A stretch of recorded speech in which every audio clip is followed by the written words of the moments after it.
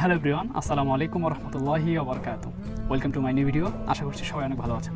আজ সেপ্টেম্বরের 1 তারিখ আমরা অবস্থান করছি আমাদের শিকড়, আমাদের জন্মস্থান, আমাদের পল্লী গ্রামে। এই গ্রামে আমাদের প্রথম হাঁটা, এখানকার হাওয়ায় আমাদের শৈশবের খেলাধুলা। গ্রাম শব্দটি শুনলেই মনের কোণে উকি দেয় কবি, কাব্য, সাহিত্য এবং সরলতা। আর এসবের সাথে এই গ্রামের গভীরতর সম্পর্ক, বিশেষ করে বাংলার পল্লী গ্রাম, যেখানে প্রকৃতি তার সবুজ শ্যামলিমা আর মনোমুগ্ধকর সৌন্দর্যে এসে মিশে থাকে, ঠিক সেখানেই যেন প্রকৃতির সাথে মানুষের এক অবিচ্ছেদ্য বন্ধন গড়ে ওঠে। কবি এবং সাহিত্যিকদের কলমে এই পল্লীগ্রাম কখনো প্রেম, কখনো দুঃখ, আবার কখনো শান্তির প্রতীক হয়ে ওঠে। বিশ্বকবি রবীন্দ্রনাথ ঠাকুর থেকে আমাদের পল্লীকবি জসীমউদ্দিন, মহাকবি মাইকেল মধুসূদন দত্ত, তাদের রচনায় বাংলার গ্রাম, তার মানুষজন এবং তাদের জীবনধারা এক অনন্যভাবে ফুটে এসেছে। এই গ্রামগুলো শুধু ভৌগোলিক স্থান নয়, বরং মানবতার, সংস্কৃতির এবং প্রকৃতির এক মিলনস্থল।